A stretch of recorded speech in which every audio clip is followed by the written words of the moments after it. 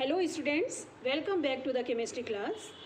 In our previous class, we had studied about the integration for first order reaction.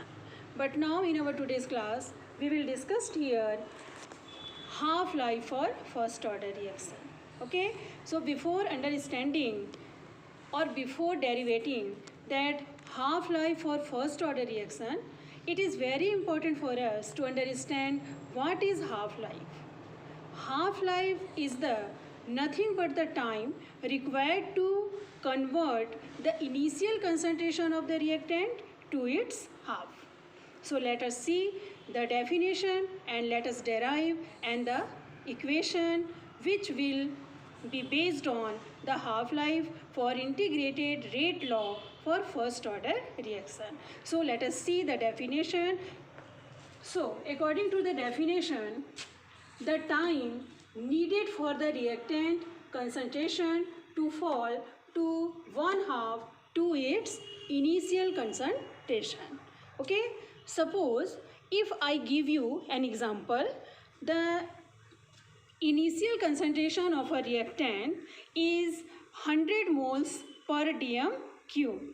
Okay, so the time required to convert to its half, that means the time required to convert that 100 mole per dm cube to its half. Okay, that is 50 moles per dm cube. That time required means that time required is known as half-life. Okay, so half-life for every reactant can be different.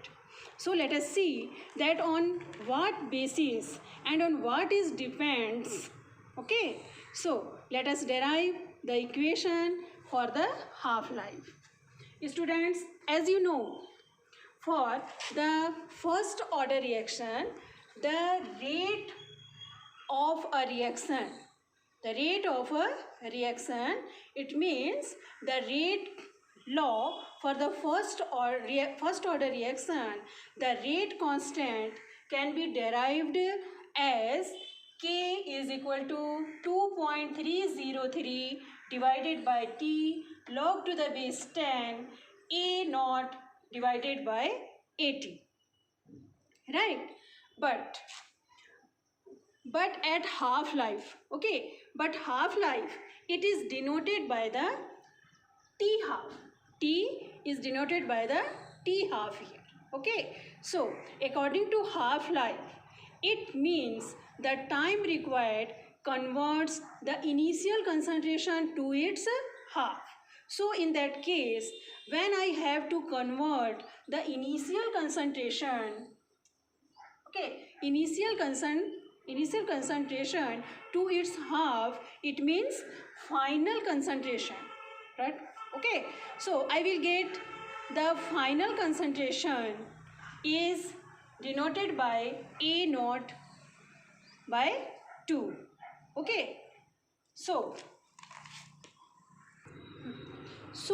at half-life, let us substitute these values and let us see what do we get.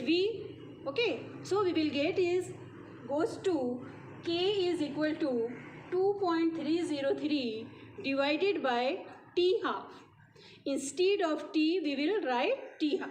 Okay, and log to the base 10 A naught. Concentration of A is 0, will be as it is because cannot change. Okay, it is as it is. Why? Because it is cannot change the initial concentration. But the final concentration is always changing. So we have to make it till half. Okay, A naught divided by 2. Right? So that for the final concentration, that will be A naught by 2. So let us equate these things to further process. We will get K is equal to 2.303 divided by T half is nothing but the half-life log to the base 10 of A naught divided by A naught into 2, right? So in this case, A naught and E naught will get cancelled out, okay, with each other, and the value which is left with us is log 2, okay. So let me tell you, the value of log 10 2 is 0.3010. The value of log 10 2 is 0.3010. So if we multiplied these both things, we will get the value of 0.693 divided by T half, and this is the value of a rate constant for half-life reaction for the first order reaction, right?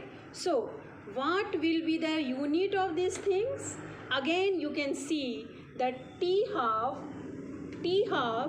is present, means the unit of time is nothing but it can be seconds, it can be minutes. So for a small instance, suppose I take a unit as second. So what will be the rate constant for the half-life?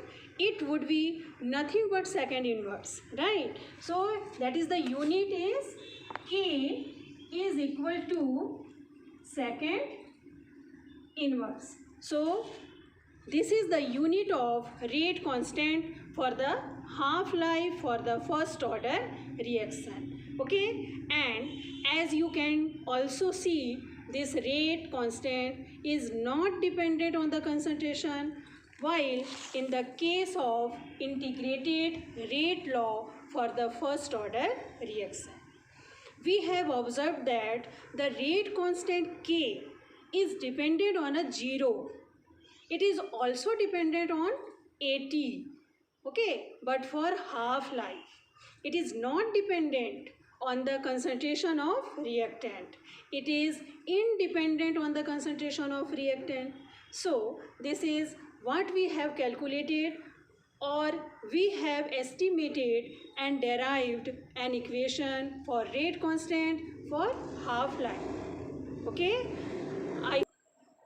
So students, I hope you have understood this topic clearly, okay.